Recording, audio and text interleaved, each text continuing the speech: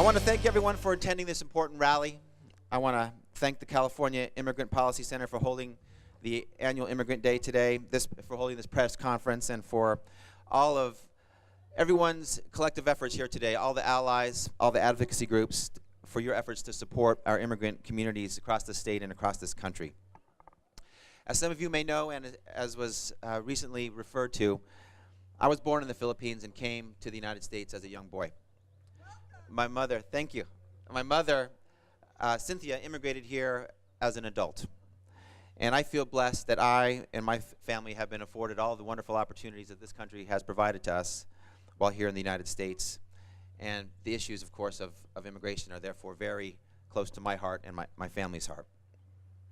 Many of you know that President Obama and members of Congress are currently working to design a plan for comprehensive immigration reform. This, of course, is a first step, a critical step, but in order to make the reform work, the work has to be done not just at the federal level, but at the state level, at the local level, at the community level.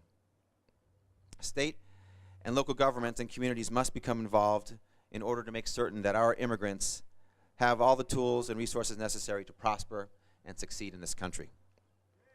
That's why I'm proud to author and have strong support from CPIC and other organizations for Assembly Bill 817.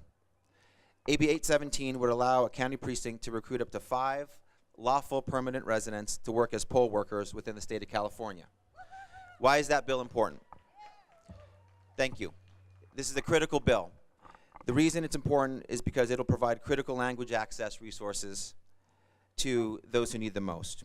It will help ensure that our state's voters have the resources necessary to participate in our democratic process, to make an informed decision on Election Day, and to exercise their fundamental right to vote.